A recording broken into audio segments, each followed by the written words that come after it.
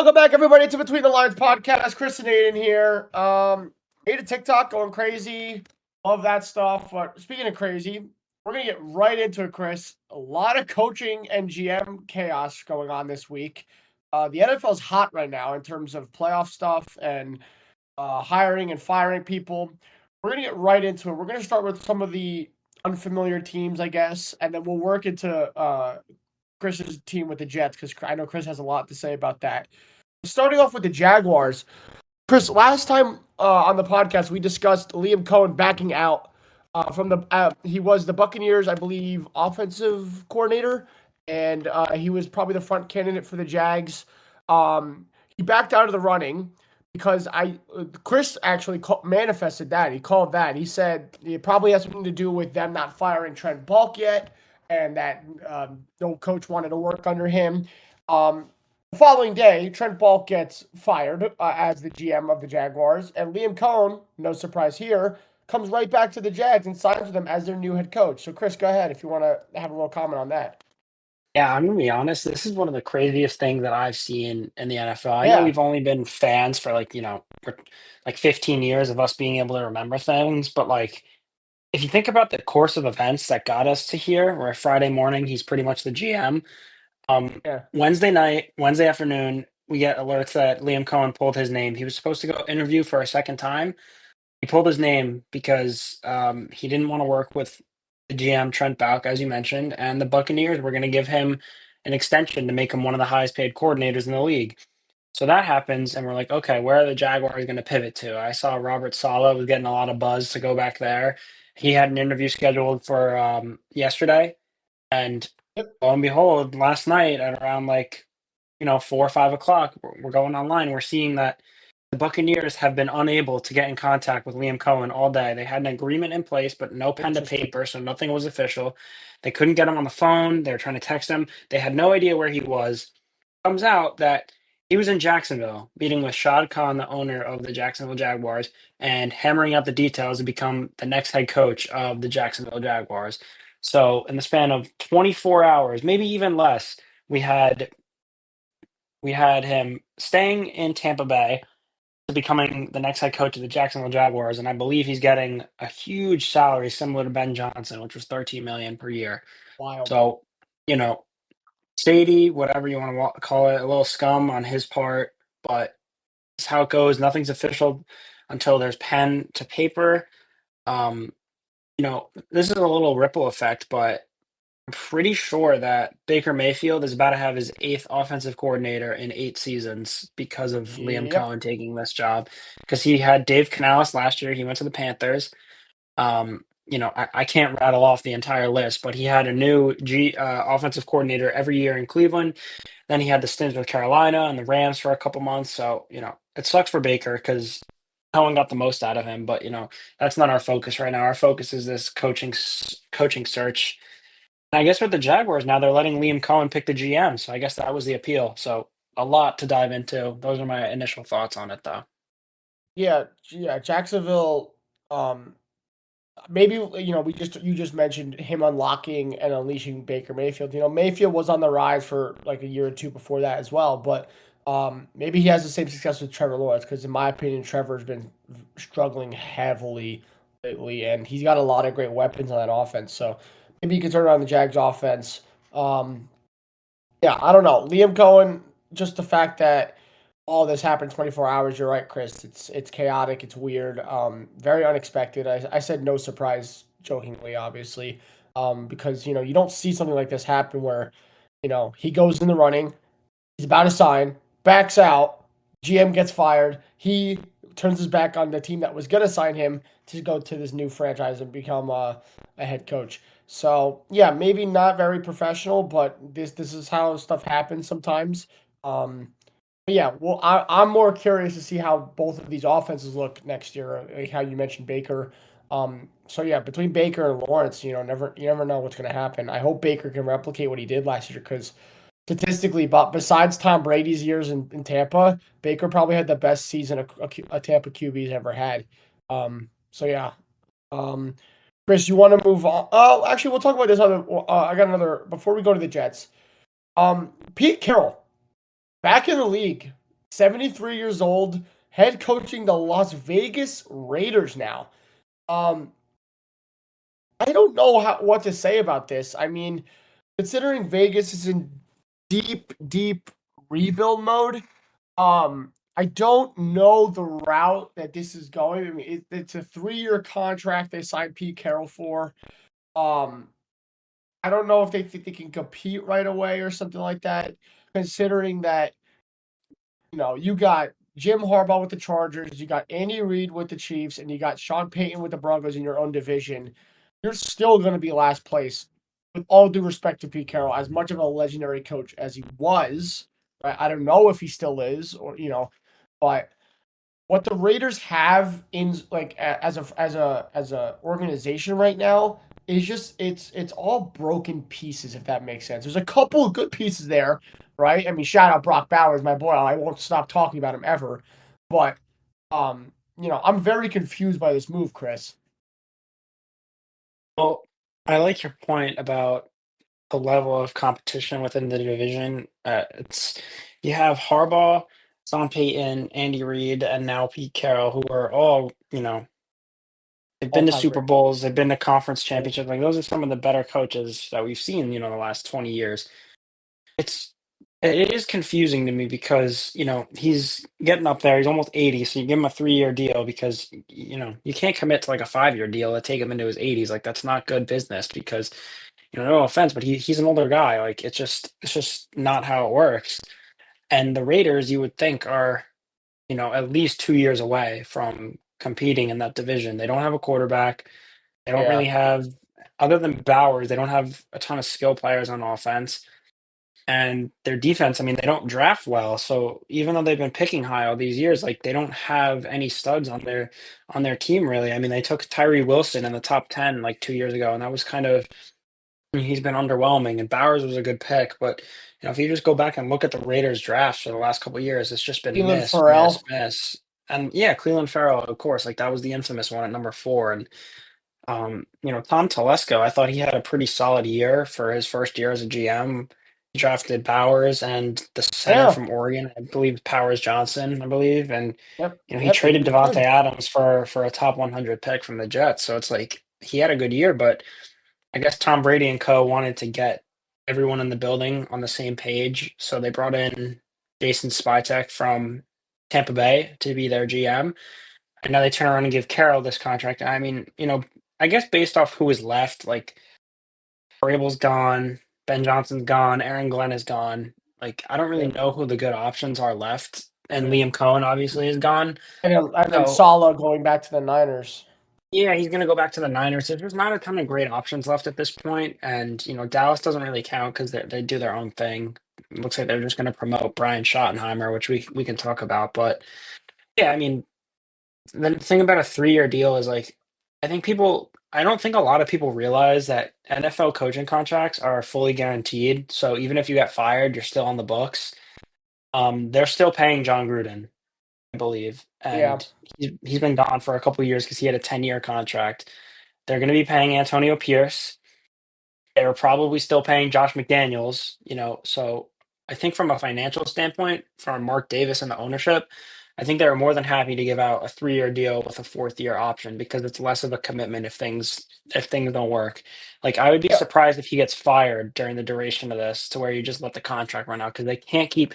I mean, they've been cycling through coaches like it's nobody's business. You can't just keep doing that. It's too much money Yeah. to give out.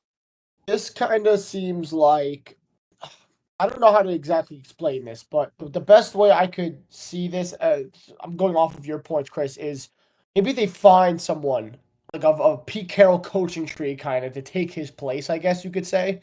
Um, like he'd be a great branch into someone else. Like Pete Carroll's obviously gonna bring in guys that he's maybe familiar with, maybe he knows of, right? And then you go off of that after this 3-year stint with him, and just you keep that mentality because Pete Carroll has a great coaching mentality. I think he's one of the better, similar to hardcore mentality, hard work kind of thing, and energy. Pete Carroll's so passionate about football, even at 73 years old. I think he's still got stuff left in the tank for sure for a couple of years.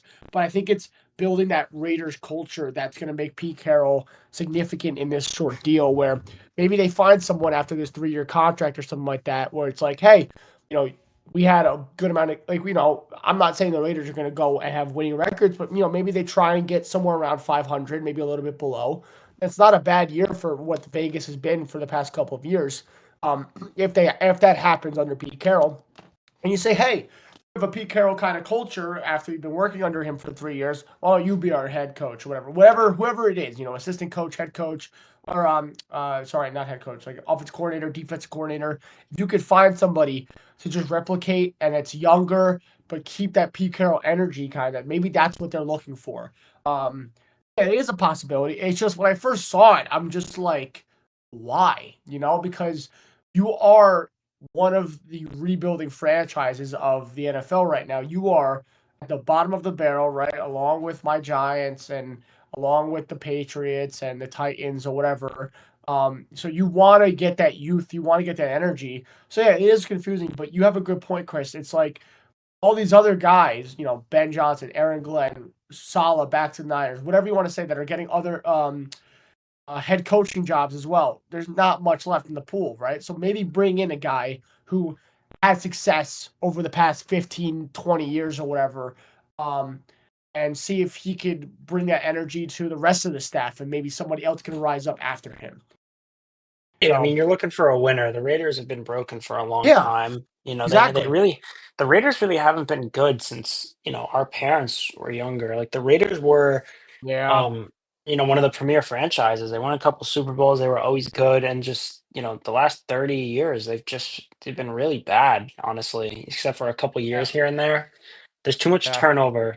So you're looking for Pete Culture to, sorry, I got ahead of myself. Pete Carroll to come in and establish a little bit of a culture and, maybe, like you said, depending on who he brings to his staff, like you lay a foundation and then that person takes over. It's similar to what happened in Tampa Bay with Bruce Arians. Obviously they won a Super Bowl, but yeah, he brought back Todd Bowles, his longtime assistant, and that there was always the segue for Todd Bowles to take over when Arians retired. So we'll yeah. see.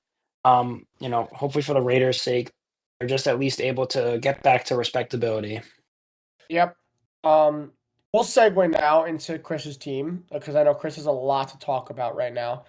Um, Chris, you want to take it away with the Jets? Actually, I'll let you handle this, and we'll talk about some other coaching stuff after you go in your little Jets uh, Yeah, dissection. sure.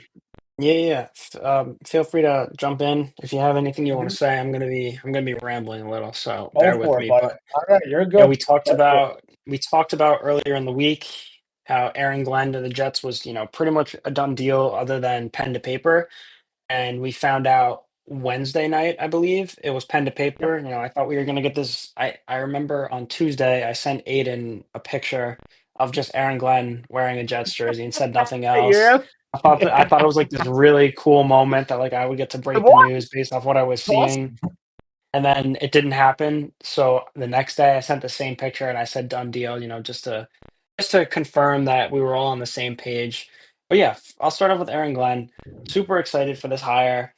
I know that, the sentiment around the league is okay, so the Jets are going to hire another defensive coach with no prior coaching experience again, like we did with Robert Saleh, Rex Ryan, Todd Bowles, Eric Mangini, and Herm Edwards. So that's 6 out of the last 7 coaches. But I think the thing that's different about Glenn and, hopefully what translates to the Jets is one, he played for the Jets. He was a first round pick back in 1994.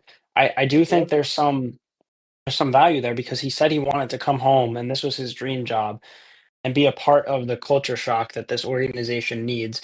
And more importantly, like he understands how this market is as a player. And then he came back and his first job, as an administrator in the NFL was a scout with the Jets. So he's seen the inner workings from the business side too, and he's seen it as a player and he's been on so many different teams and coaching staffs and he was a part of one of the greatest turnarounds in NFL history really. Like it sounds crazy to say that, but the Lions were bad for like 50 years and they just won 15 Yeah. games, and he was a big part of that culture. And I don't think the Jets, we talked about it Aaron Glenn's not this defensive mastermind like Rex Ryan or Robert Saleh were called. Like No, they just the way that they would coach the defenses, like they were like the Sean McVay of defense. That's not Aaron Glenn. Aaron Glenn, you brought him in because of what he's going to provide from a culture standpoint, and that's what the Jets absolutely. need. Like you heard a lot of the beat reporters, or at least I did, for the Jets last year, talking about how they had 53 players, but they didn't have a team. And like when you look at the Jets roster, if I told you let's go back to August of this past year, Go and for it. I'm gonna tell you the Jets have Aaron Rodgers, Hassan Reddick, Devontae Adams, Quinnen Williams, Breece Hall, Garrett Wilson, Sauce Gardner, CJ Mosley, Quincy Williams, that team is littered with Pro Bowlers, right? Would you Yep, agree with me there? Would you I think that they completely would have agree. gone 5-12? No, of course not. Yeah, and I think a lot of that comes to, it was a lot of it was coaching. I don't think Robert Saleh should have been fired in week 5, especially when the Jets were playing for first place that week against the Buffalo Bills. I think that really hurt this team, and the morale of the team is just kind of shot. Like they came into these last 2 years with a ton of excitement and hope that they were going to be the ones who, turn this thing around. And I do think that the players actually care about that because you hear guys like Jermaine Johnson and Sauce Gardner and Breece Hall, to an extent, talk about how they feel for the fans and they want to be the reason that this team turns around and this organization gets Yeah, back to competency. Like there's a lot of pride that goes in that. If you come into New York, like the first team that ends the drought is going to be remembered forever. I mean, they could get blown out in the first round of the playoffs, but they're going to get remembered forever for being the team that broke the playoff drought. And then just the way that this year went, like the morale of the team was just shot. Like the effort wasn't there, the discipline wasn't there. I think Aaron Glenn comes in and I think he's different from Saleh in the sense that we saw him as the defensive coordinator for the 49ers, where, he was this rah rah guy and he had to be held back on the yeah, sideline. And he didn't have that demeanor as the Jets coach because, his belief was that, the teams should be led by the players. And that's fine to an extent, but that only works when you're winning. When people aren't doing their job and they're consistently making dumb penalties, you have to hold them accountable. And there was no accountability on the yeah, Jets. hundred People percent. just did whatever they want. Aaron Glenn's not gonna deal with that. I mean, if you're not doing something right, you're gonna go on the bench, and that's what this team needs. Like Yeah. they need a little tough love. I Oh, think the Chris, players let are me gonna jump in real quick. Sorry, I jump just wanted in. to. You said about how Salah believes that players, the team needs to be led by players. Okay, some of your best players are your captains or whatever, and then you want those captains to lead your team. But then you look at it like what you just said, Chris. What happens when you start losing and the captains need to look up to someone? That's got to be your head coach, bro. And I think what you're saying right now is Aaron Glenn is that guy. Okay, he's gonna bring that kind of energy where he'll be able to lift up a team single handedly if he needs to during a game or whatever. Because I think Dan Campbell's creating a coaching tree over there from the Lions, whoever he brings in next as well. I like Aaron Glenn. I love Ben Johnson too with the Bears. I know you want to talk a lot more about him. I'm just saying in general with Detroit. I think the effect of Dan Campbell's motivation is going to help Aaron Glenn and help Ben Johnson be successful coaches. Because, yeah, maybe Aaron Glenn isn't the most perfect defensive coordinator, but you're right, Chris. His mentality and his culture is actually perfect for what New York needs right now. So that's all I wanted to say, but go ahead. Yeah, Aaron Glenn's not gonna put up with individuals putting themselves above the team in any aspect. Whether it's making foolish penalties or not playing to your assignments. That's not gonna Yeah. fly, in my opinion. I think the thing that's important, and we've already seen some rumors of him putting his coaching staff together. He doesn't seem like he's going to be hyper focused on one side of the ball and just completely ignore it. Like he's going to be a true head coach, CEO type. There's been talk about him bringing on Steve Wilkes to be the defensive coordinator. Obviously, he's been in the Beautiful. NFL a long time. He was the head coach of the Cardinals for a season. I know he got fired after 1 year, but still, I mean, he's been around the league. Like you need experienced individuals like that on a Yeah. young coaching staff so that Glenn can learn, but he doesn't have to focus on one side of the ball. I think Salah's downfall was that there wasn't much interaction with the offense, no matter how much they want to say it. Like he focused on the defense, and his entire coaching staff when he got hired was all first time guys.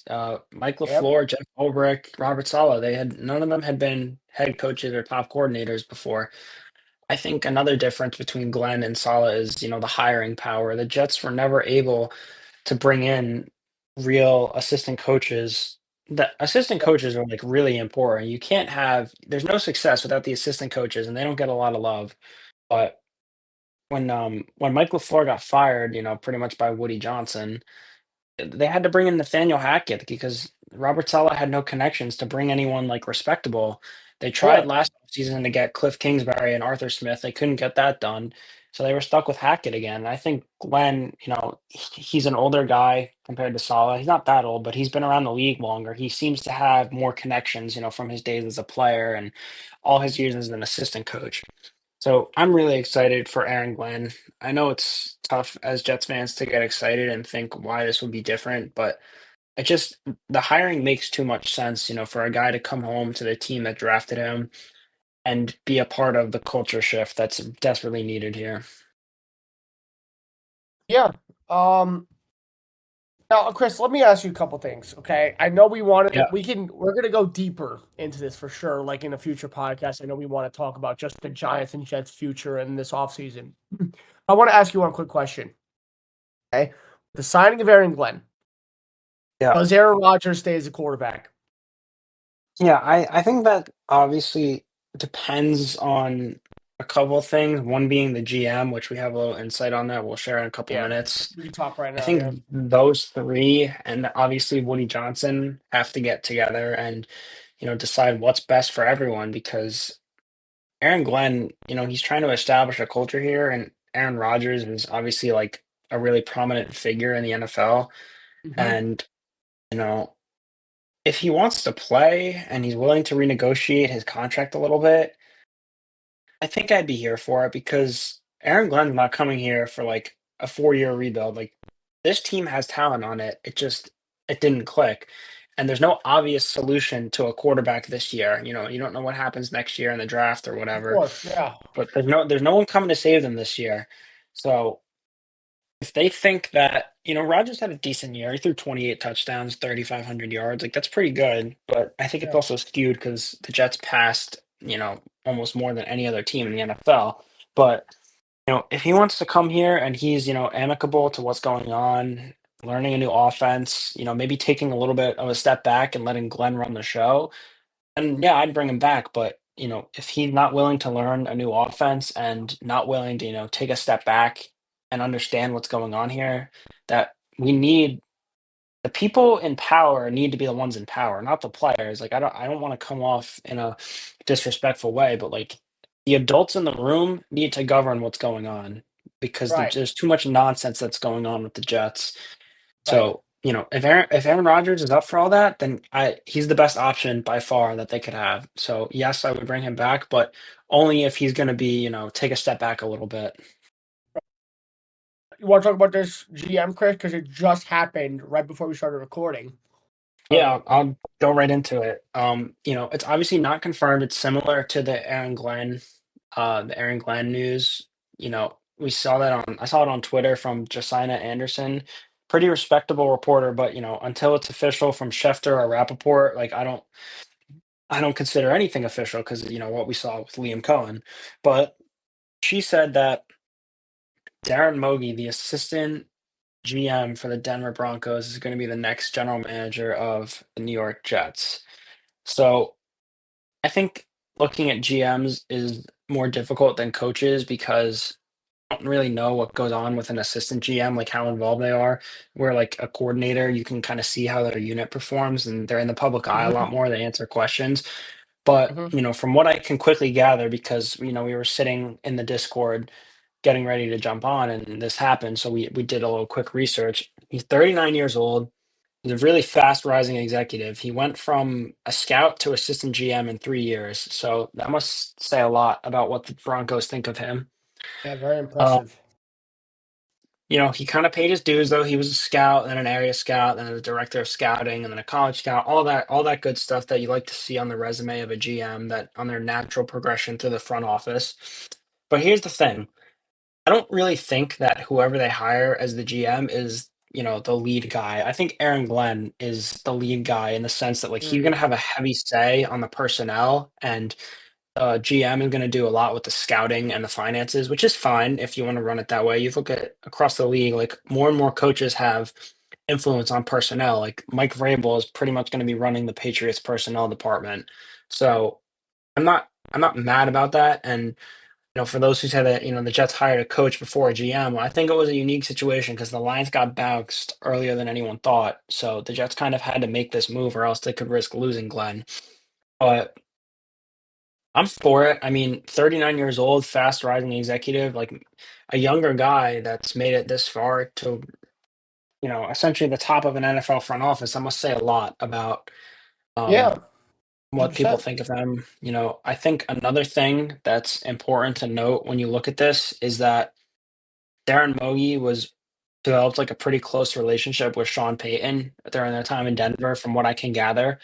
And Sean Payton is one of Aaron Glenn's mentors, from their time in New Orleans. He's very close. They're very close with each other. And Sean Payton actually posted on Twitter the other night congratulating Aaron Glenn. So this isn't like two guys who, you know, are being Unfamiliar. forced to work together. Like these guys come from like Yeah. the same tree essentially. Like they're cut from the same cloth. And I think that's important because, arranged marriages in the NFL don't work. I mean, the Jets have tried it multiple times. It just doesn't work. So if this is true, I'm sure we'll be able to confirm it maybe later today or tomorrow when one of the big reporters hops on it. I'm always going to be optimistic no matter who they bring in because a new voice is important. So hopefully this is the start of the Aaron Glenn and Darren Mogi era, and hopefully there are good things Yeah, that come from this. yeah, for sure, Chris. I have so many questions for you in terms of the Jets front office and some of the moves that they can make or what you think they can make. Chris and I want to do like Chris predicts or like what he thinks the Jets should do in the offseason in terms of free agency and draft and all this stuff. And I have the same thing for the Giants. So we're gonna do a whole episode on that as well. So if anybody's interested in if they're Jets and Giants fans, of what we think should happen, should is the word, is the key word, should. Um but we'll probably do that in the future for sure. Because there's a lot of question marks with both the organizations. But yeah, I think just quickly, I know Chris is the Jets fan here, but really great signing Aaron Glenn. Really great. I think he was probably 1A, 1B coaching candidates of the offseason with Ben Johnson for sure. Um, really good culture. Uh, Darren Mooney, I don't know much about. Like Chris just mentioned, he gave all of his background there. But yeah, having that tree connection to Sean Payton is huge, because like Chris just said, these guys will probably be on the same page. These guys want to work together. These guys all have the same mentality. And if it's Aaron Glenn running the show, it's a lot better because it's not, everybody tugging on the rope kind of thing and just pulling back and forth. Um, so yeah, if everybody's on the same page, this could go a lot smoother than we've seen with some GM head coach combinations the Jets have had before. Um, Also, I just we'll, want to point out that oh yeah, I go for am it, go for reading it. from the beat staff that they're not disputing the report that Darren Mogi is going to be the Jets GM, but nothing is official. Like they haven't officially made a decision. So I'm not really sure where this goes. It seems like it's down to Darren Mogi or Trey Brown. So there's a 50% all the stuff I just told you is useful, and there's a 50% chance that you can disregard it. But we'll know for sure by Yep. the next time we hop on. Yeah, for sure.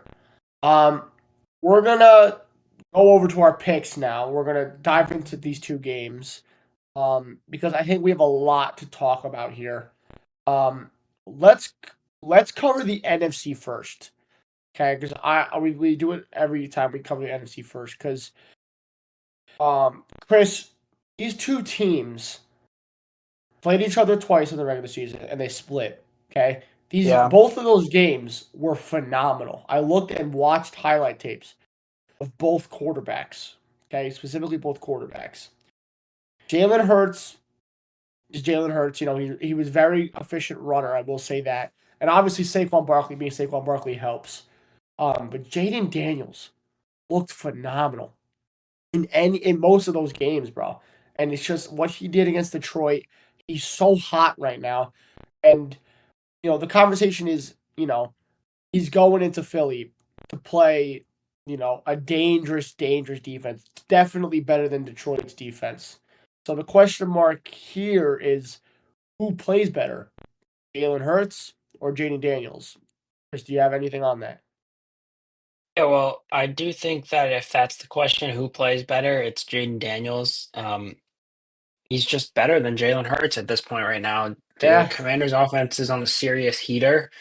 And I know the last time that these two teams played, Jalen Hurts was out with a concussion. He left the game really early, yeah, but Jaden Daniels threw 5 touchdowns on this defense that you and I have pretty much considered to be the best in the NFL for yeah. the last month or so.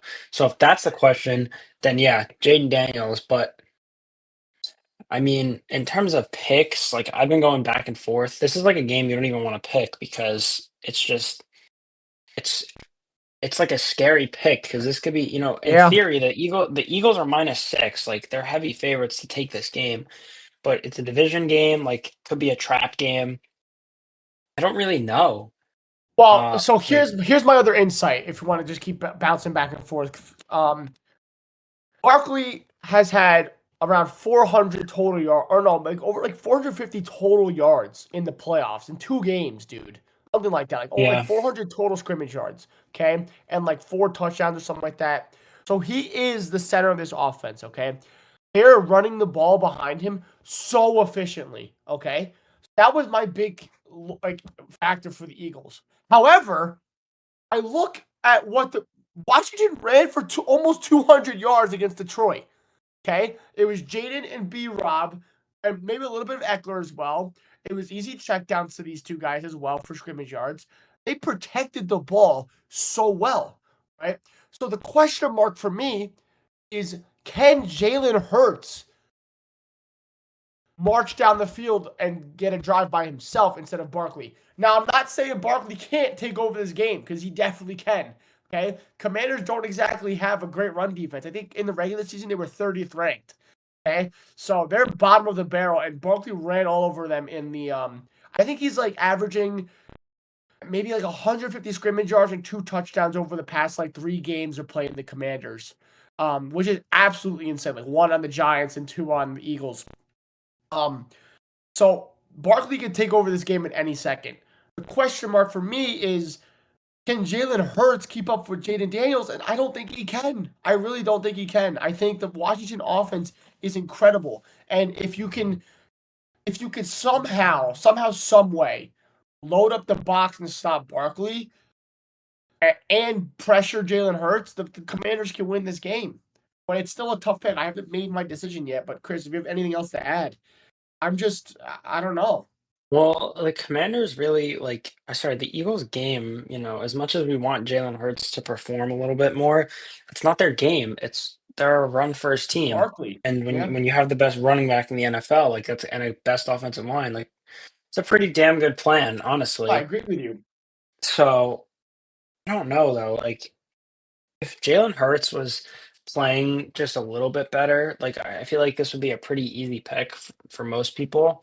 Not in the sense that no one believes in the Commanders, but like everything else for the Eagles is playing well, except for their passing offense, and Yeah, that is what makes it difficult. And last game is kind of hard to judge because it was a snowstorm, but the Commanders' offense is cooking right now. That's just how it is. They went into Tampa. Um, Not a ton of points, but they were efficient. And then last week they really capitalized on the turnovers from Detroit. Now, I don't think that Philly is going to turn the ball over like Detroit I did agree. because That's the other factor. we've seen some of those Jared Goff throws before. I mean, he threw 5 interceptions against the Texans Terrible. earlier in the year. Um, Yeah, the ball kind of gets away from him, kind of sails. Like we don't really see that from Jalen Hurts. Saquon, yeah. he doesn't really cough up the football either. And, when they get into 4th and 2, like, or 3rd and 2, they have 2 tush pushes to get a first down. Like, that can't be stopped. So, as long as the Eagles stay ahead of the sticks, like, I think they can do it. And the Eagles are 8-1 at home this year. It's a tough place to play. I think my heart's telling me Commanders, but my gut is telling me Eagles. They've also been there before. This is a team that was in the Super Bowl, 2 years ago with Yeah, most of the same team intact other right. than Barkley. Yep. So, and their Chris, defense, I just think is better. So I think I'll just say right now, I think I'm gonna go with the Eagles, even though my all heart is right. telling me the Commanders.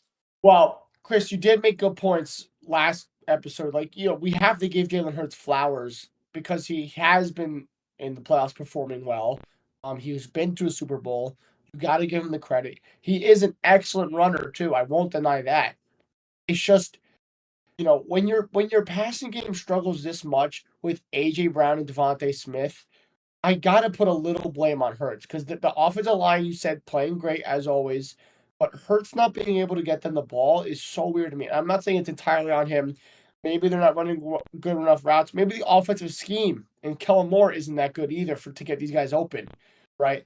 But yeah, they are a run first team with Barkley, but there's something about Hurts throwing that I just don't trust. I really don't. And I'm not gonna kid you right now. Jaden Daniels is a pass first guy. And Jaden Daniels, everyone said he's so mobile and all that stuff.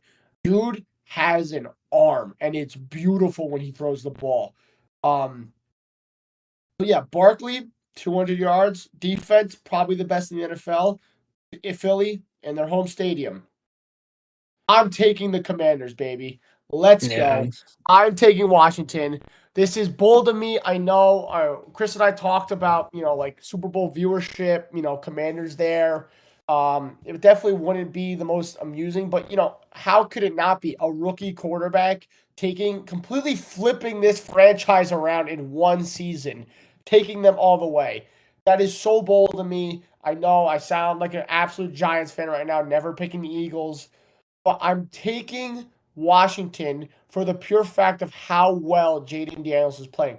The dude, what do we talk about with composure, Chris? The dude is not phased by a win, by a loss. It doesn't matter to him. He's gonna go out there and play his game every time. He just balls, bro. He balls, and I do. Having veteran presence on that defense like Bobby Wagner is going to be huge for a team going against an offense like Philly. Do I think the Commanders shut Philly down entirely? Absolutely not. This will be a very, very close game. Okay, especially if I have the Commanders winning.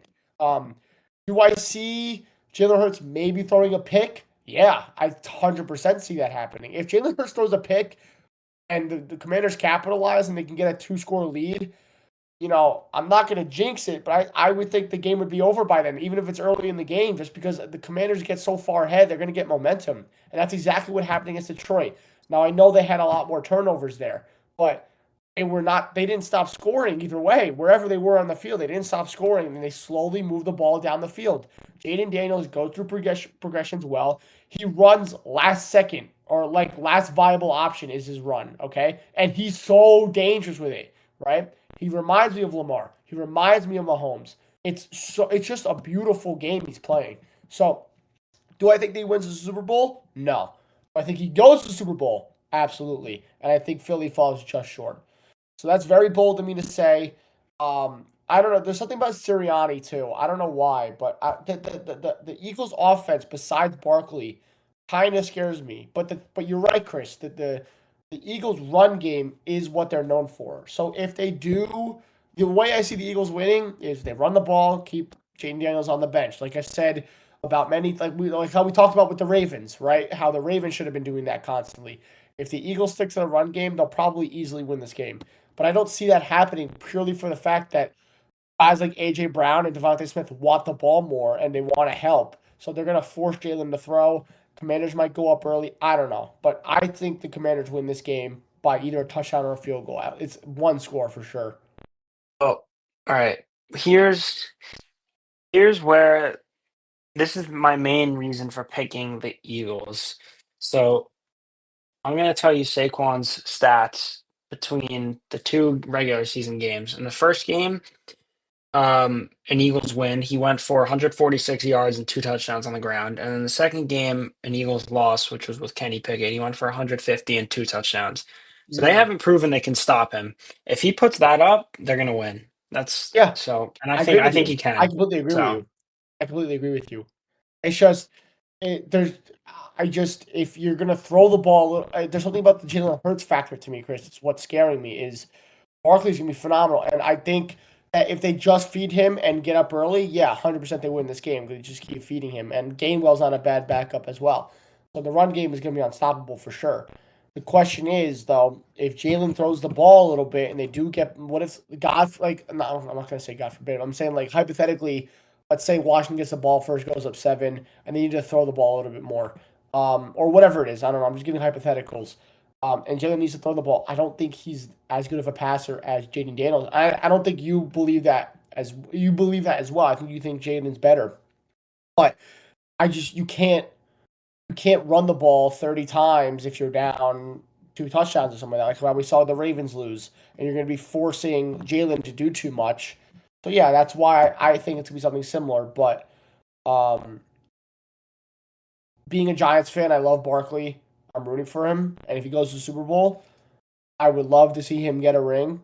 Not the Eagles. I would absolutely hate that, but I'd love to see Barkley get one. He deserves one so much. But we'll see. Uh, I think any of these combos are gonna be really entertaining games. I don't know what you think, Chris, but if you want to segue into, you have any last comments before we go to the AFC Championship game? Yeah, I was just gonna say another big part of the Eagles' offense is the RPOs, and Jalen Hurts runs a lot, so that's something you have to account for. Yeah, 100%, 100%. Um, AFC Bills Chiefs. We've seen this one before. Um, very, I don't know. Everybody picking the Bills on the media. So Chris and I talked about this when we were in the gym this morning. Like, everybody's going against Kansas City, and I don't know. This game's so tough to me too, Chris. And I feel like I don't think you think that. Yeah, well, I've been picking the Chiefs all year, and I'm gonna pick them. I'm gonna pick them if they go to the Super Bowl. I'm putting it out there if they make it that far. There's just, I know that they lost to Buffalo earlier in the year, but every year Yeah. Josh Allen beats Patrick Mahomes in the playoffs, and then the inverse happens. Patrick Mahomes beats The- Josh Allen.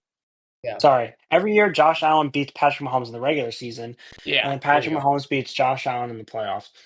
Yeah. Like I said, I don't feel like the Ravens played their best game last week, and they still almost beat the Bills. Um, the Chiefs, this is when the time of the year when they unleash Kelsey. He plays his best in these games. Pacheco too. Like Pacheco's been in the league 2 years. He's got two Super Bowls, and he's been a playoff monster. And they have Patrick Mahomes, and I I hate to know. bring up I the know. official officiating every week, but it is a real storyline. They have the officiating, on their side, and that's huge in the NFL. A simple 15-yard roughing the passer on third down could lead to a touchdown, and Yep. points are hard to come by in this game. I'm going to pick the Chiefs. I wouldn't be surprised if the Bills won because the Bills are a really good team, but I'm not picking against the Chiefs. Okay. Josh Allen is playing for his legacy on Sunday or on Saturday, whenever the game is. I think it's on Sunday. Um, Mahomes is such a powerhouse, dude. If you don't agree that he's the Michael Jordan, Tom Brady right now of the league, you're just so wrong. Okay, everybody wants to beat this guy. Every player that's on the playoffs right now is preying on the Chiefs' downfall. Okay, and a three-peat is absolutely insane. But I'm going to take Buffalo purely for the fact that I think the Bills get their first ever Super Bowl ring this year. I think that Josh Allen has been playing his best football this season. The loss of Stephon Diggs was actually huge, in my opinion. Josh Allen has become more unpredictable than ever. He's used his legs a lot better. There's something about Josh Allen this year to me that I love, and I can't get off of it. Okay, I'm not gonna pick against him until I see him, absolutely crumble. Now, Kansas City, like you said, Chris, kind of have the referees on their side. I think the NFL is drooling over the fact that they could see a three-peat for the first time, and the amount of views, and like, this all goes back to stinking money. Okay, oh my God, we could hit 150 million viewers of the Super Bowl if the Chiefs three-peat. Taylor Swift, everything, every concept of the Chiefs just screams views. So I get that, Chris. I understand that. But the thought of a Bills versus Commanders or a Bills versus possibly the Eagles Super Bowl to me would be so entertaining finally. And I think if I know Chris and I talked about the average fan would probably want to see the Chiefs three-peat. But to me, I don't know about you, Chris. Would you want to see that? Because for me as a fan, I would love to see Buffalo versus Philly. I know I voted for Commanders, but Buffalo versus Philly would be such a great game to me. Yeah, I mean, I'd like to see the Chiefs three-peat. I like Patrick Mahomes, contrary to I do too. public opinion, and three-peats are hard to come by. It's one of the greatest feats in sport. It probably is the greatest feat to win 3 years in a row. It's hard enough to win one and then go back to back. I think if they win, they'd have 4 and 5 years, right? Like that's insane. Yep. It Yep. would cement them as the greatest dynasty in NFL history. There's no debating. I wouldn't want to hear it from any Patriots fans. 3 in a row, 4 and 5 years. Wow. It's the Really? greatest Yeah, easily. No, the Patriots never won 3 in a row, and the Patriots Would you say? championships Wow. were Yeah. spread over, like, 15 years. Like, there was a gap in there where the Patriots weren't winning the Super Bowl. The Chiefs are Yeah. doing this consecutively, so, I'd like to see it. I like Patrick Mahomes. I don't like Josh Allen, obviously, because I'm a Jets fan. That's not to say that they're not a very good team and that they could win the whole thing, because they are a really good team, but it's, Patrick Mahomes is like I Michael Jordan. No one else gets a chance when he's in the game. So I will say this. One thing that scares me about Buffalo is Sean McDermott and the coaching staff. That's what I'll say. Is I how think so? that I'm saying that Kansas City's coaching staff is definitely way better than Buffalo's. And I just McDermott's lost a couple big time games, not even just against Kansas City, but I don't know. There's something about McDermott that's is a little off to me. Um, the Buffalo defense did let up a lot of points at the end of the season for sure, but they did fix up for sure against Denver in the playoffs. Um, and obviously the Ravens kind of beat themselves. We talked about this last week, but the Bills did get turnovers, and that was important. You get turnovers against Patrick Mahomes? No, you're not. This is going into a shootout, dude. Let's not sugarcoat this. This is going to be the similar games we've seen in the past, 30-27 or 31-34 or whatever the heck you want to say. This is going to be last play of the game kind of AFC championship, okay? Big touchdown at the end of the game, big field goal, whatever you want to say. To me, it's whoever gets the ball last. And honestly, I think this year Josh Allen gets the ball last and they win the game. Uh, The Chiefs gotten away with so many close wins this year. Did you ever see that? There was like a stat where it was like if one score games got flipped the other way for every team in the NFL, the Chiefs would have been like 5-12. Yes, I know that playoffs are so different for Mahomes and Kelsey. They are probably some of the best performers in NFL history when it comes to playoff performances. Kelsey goes off every single playoff game for the past 15 games he's been in the postseason. And Mahomes protects the ball so well. And like you said, Chris, with Pacheco, Pacheco's probably coming a lot healthier now. So that run game is there, and they don't have to rely on Mahomes. The fact that this team doesn't have to rely on him until later on, if they really desperately need him, is actually terrifying to me. So I agree with you, Chris. This will be a scary game. But there's just, I can't even explain it. There's something about Josh Allen finally getting a win.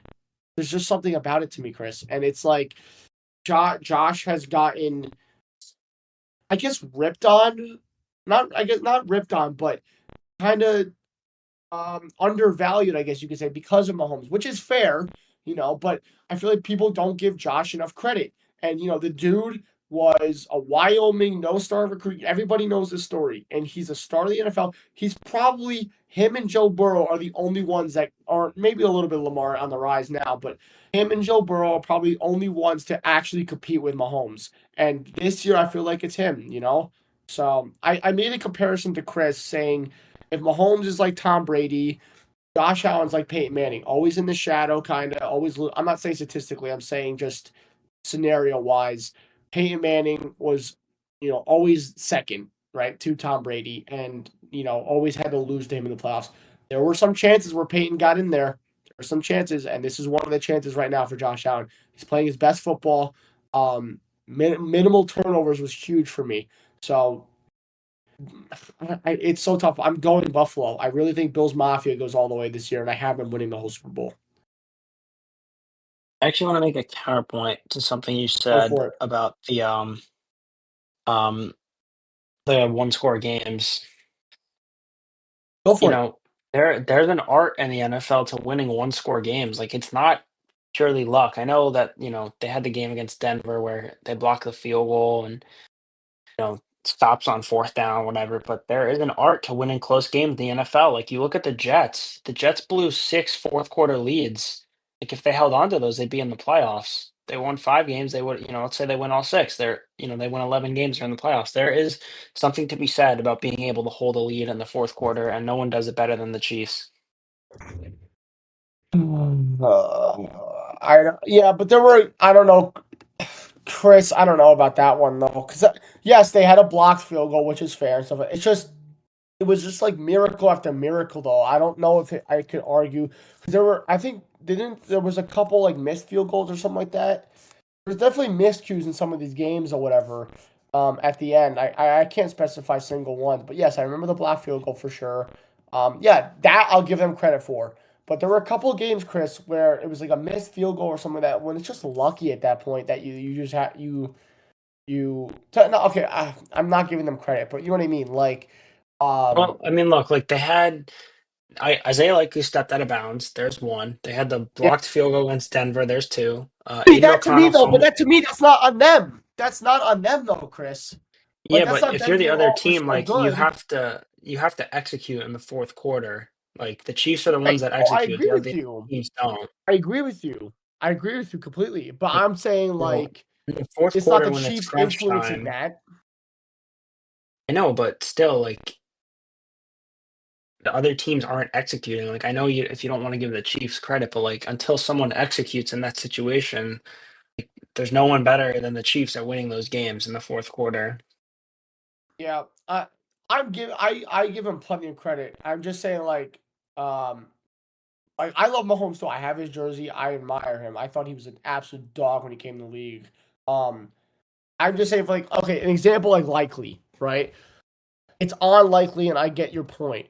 But I can't say, "Oh, good job Chiefs," if that makes sense. Like I can't say that. I don't No, know I hear why. I you, but can't. like, in those games, in those high pressure moments where it comes down to one thing, like the Chiefs have put those other teams into the scenarios where there's no margin for Right. error.